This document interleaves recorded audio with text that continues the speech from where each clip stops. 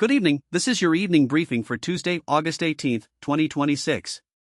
We begin with the primaries unfolding across the nation's edges. In Florida, the heat is as intense as the politics. The Republican Party has solidified its dominance after a gerrymandered map added 4 Republican-leaning House seats, yet party strategists remain wary of a district northeast of Orlando where incumbent Corey Mills seeks re-election despite assault allegations. In the few remaining blue-leaning seats, Black Democrats are mounting a challenge to unseat longtime Representative Debbie Wasserman Schultz, who has chosen to run in a historically black congressional district. Floridians are also deciding on a new governor because Ron DeSantis is term limited. House Republican Byron Donalds, buoyed by former President Trump's endorsement, is viewed as a heavy favorite against Democratic frontrunner David Jolly. Polling has been sparse, so surprises could still emerge as the results come in. Shifting north to Alaska, the state's nonpartisan Senate primary offers a rare gauge of the two leading contenders. Republican incumbent Dan Sullivan and well-funded Democratic challenger Mary Peltola are all but certain to finish among the 4 candidates who will advance, but the outcome hinges on which of them garners more votes and whether a namesake, unrelated Dan Sullivan, a retired schoolteacher from the tiny fishing village of Petersburg, will qualify as well. Reporters ventured to that remote community to understand if this second Sullivan is acting as a spoiler meant to divide the Republican vote. Meanwhile, Alaska's race for governor is remarkable for being the first in a quarter century without an incumbent or an apparent heir. 17 candidates are vying for just 4 spots on the November ballot, making the hunt intensely competitive. As the master of ceremonies noted during the 74th annual Golden Days Parade in Fairbanks, even he sounded exhausted after introducing 8 campaigns, less than half the total, and marchers used the occasion to promote a November measure that would repeal the state's open primary and ranked choice voting system. Turning to international trade, the clock is ticking toward a midnight deadline when the United States is set to impose 50% tariffs on tens of billions of dollars of select Canadian exports, ranging from hockey sticks to cheese. Negotiators from Ottawa and Washington have been working feverishly to avert the levies, and a proposal hammered out over recent days was placed on the president's desk this afternoon, according to a U.S. official. Prime Minister Mark Carney spoke with President Trump earlier today, the call confined to trade matters, as both sides search for an 11th-hour accord to spare Canada further economic pain. In other Trump administration news, the president has mobilized a team of 250 workers to push forward with the construction of his contested ballroom project, demanding they labor 20 hours a day, 7 days a week. The administration insists the effort is too far along to be halted despite ongoing litigation, noting plans this week to install 1 million pounds of rebar and pour 3,000 cubic yards of concrete on a job already 2/3 complete. Legal battles continue as well. ABC has sued the Federal Communications Commission, alleging the agency's actions threaten to strip the network's local broadcasting licenses and violate its First Amendment rights. The lawsuit, filed in federal court in Washington, is described as a rare example of a major media organization challenging the administration's broader campaign to punish the national press through lawsuits and reporting restrictions. Shifting to the tech world, the Attorneys General of California, Colorado, Kentucky, and New Jersey have brought Meta, parent of Instagram and Facebook, to trial in Oakland, California, accusing the company of fueling a national youth mental health crisis with technology designed to be addictive like cigarettes. The states are seeking roughly $200 billion in damages in what they call the first bellwether federal case over child harm. Meta denies the allegations, insisting it protects young users, though it has already faced setbacks in smaller state and local actions, including a case where a woman claiming social media harm was awarded $6 million. Observers note that many technology executives keep their own children away from devices, a detail highlighted in the story made free for all evening readers. Culture lovers have noticed a resurgence of a classic musical. Productions of Les Miserables are appearing at regional theaters from Arizona to New York, after a national tour concluded in June, making the show available for licensing once again. The timing could not be better for a theater industry still navigating difficult financial straits. One veteran actor called the production an instant moneymaker, and this year's staging by the Tuacahn Center for the Arts in Ivins, Utah, is on track to become the highest-grossing show in its 31-year history.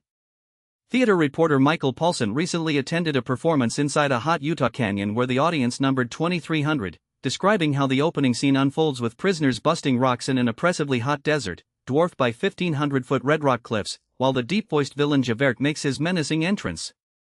On the energy front, Saudi Arabia and the United Arab Emirates are looking to bolster their oil security by expanding stockpiles beyond the volatile Persian Gulf. Officials from both nations have urged Japan to increase reserves in its tanks by as much as 10 times the roughly 8 million barrels each currently holds there, and they have also discussed similar expansions in South Korea.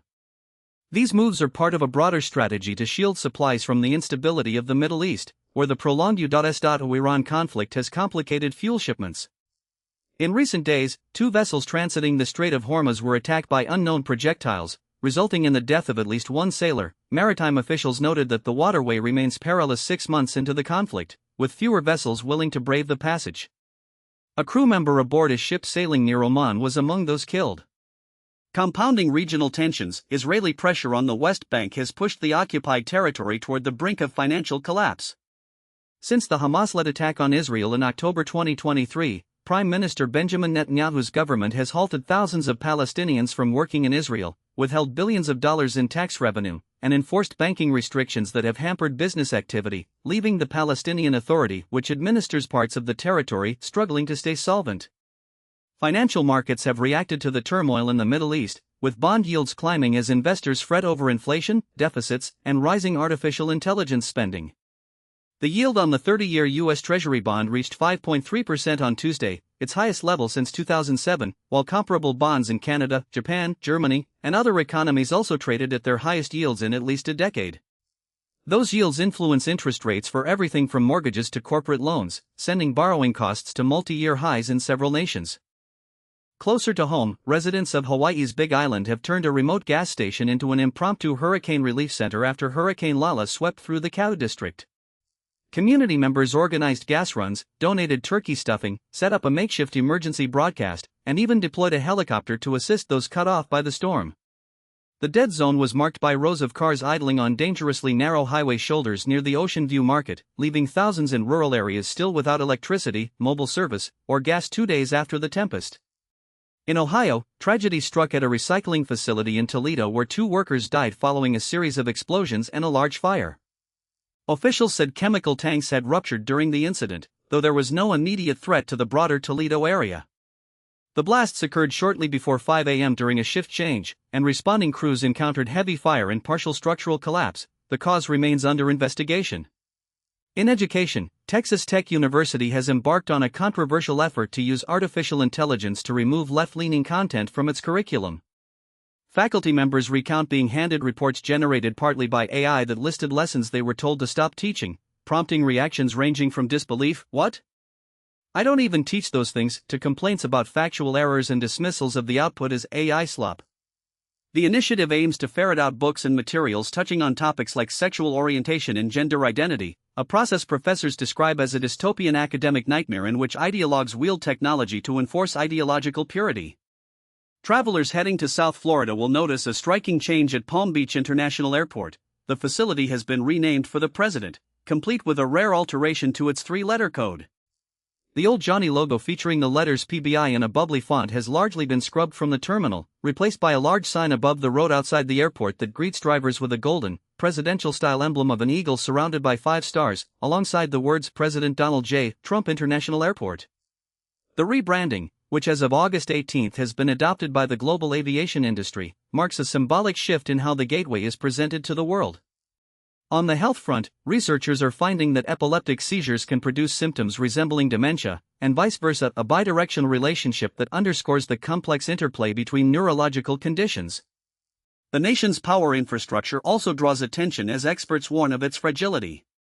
The grid depends on thousands of aging, hand-built transformers, many of which can weigh 400 tons and require years to construct. Studies suggest that disabling just 9 of these substations, locations where many are clustered, could trigger a nationwide blackout that might persist for years. Investigators recounted an incident near San Jose where snipers fired for nearly 10 minutes before a 911 call was placed. A motorist passing the Pacific Gas and Electric Metcalf substation 15 miles to the southeast reported hearing what sounded like fireworks, while an engineer at a nearby power plant mistook the noise for gunfire, highlighting how vulnerable the system remains to disruption. Turning to lighter fare, the theater world's embrace of Les Miserables continues to provide a lifeline, as discussed earlier, but the evening's unwind segment offers additional distractions. Scientists studying our primate cousins have discovered that the impulse to care for a pet may be deeply rooted in our evolutionary past. In a study of 88 primate species, everyone exhibited some behavior that could be linked to pet keeping, from a monkey that formed a bond with a chicken to others that grew close with deer, and even a gorilla that appeared to adopt a kitten. Researchers observed 2 young eastern chimpanzees in Uganda approaching a red-tailed monkey not with aggression but with caresses, then gently combing its tail, an interaction that may represent an early stage of pet-keeping behavior, suggesting Homo sapiens are not alone in this tendency. At the dinner table, conversation might turn to the legacy of Pauline Claydon, the British ballerina who, at the age of 103, was believed to be the last surviving soloist from the performance that changed American dance, the opening night of Sadler's Wells Ballet's The Sleeping Beauty at the Metropolitan Opera House in 1949. Her passing in Salisbury, England, was confirmed by her family, marking the end of an era. Meanwhile, antiquities curators at the Getty Museum in Los Angeles have been weighing in on the best renditions of art-adjacent emojis, noting that the familiar dancing woman emoji can appear differently on a Samsung phone versus an iPhone, or in a Facebook post compared to a WhatsApp message, inviting users to judge which version they prefer. Food lovers will find sandwich heaven in a Los Angeles strip mall, according to the paper's restaurant critic, while the next-generation Armenian cooking at Yerord Mosque continues to make the city's dining scene special. And though eye creams are often dismissed as pricey moisturizers, some formulations do outperform others, a small reminder that not all luxury skincare is created equal.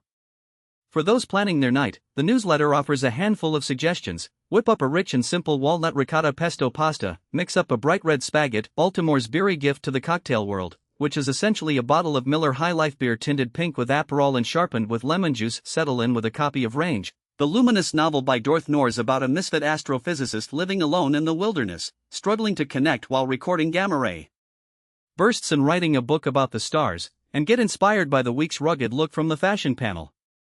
You can also test your knowledge of locations tied to children's literature with a quick quiz, then unwind with a round of connections, spelling bee, and the mini crossword, all available through the paper's Games Hub.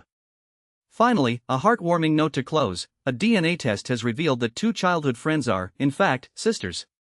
Mina Geltink and Minal Tidjan were adopted from India by families in the Netherlands and grew up less than 100 miles apart. They met as teenagers at an event for adopted children, struck up an immediate bond, but life pulled them away from each other in adulthood. 2 decades later, after submitting DNA samples to a genealogy website, they learned they were actually sisters separated at birth. Geltink said she'd burst into tears upon the discovery, noting it had been nearly 10 years since she first sent in her sample. After reuniting in a Dutch park last week, Tidjan reflected, "I don't feel alone anymore." It's a reminder of the unexpected connections that can surface when we look deeper into our origins. That's your evening briefing for August 18, 2026. I'll be back tomorrow.